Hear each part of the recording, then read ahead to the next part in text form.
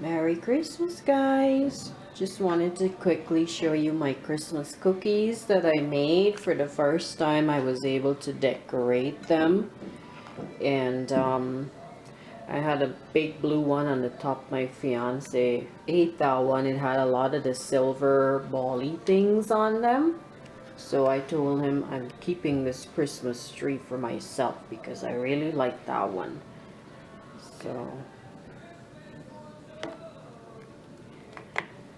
I'm not a professional at making these, but I mean, I think the more practice you get, the better you get at this kind of stuff. And it looks so nice, we don't even want to eat them because they look so cute.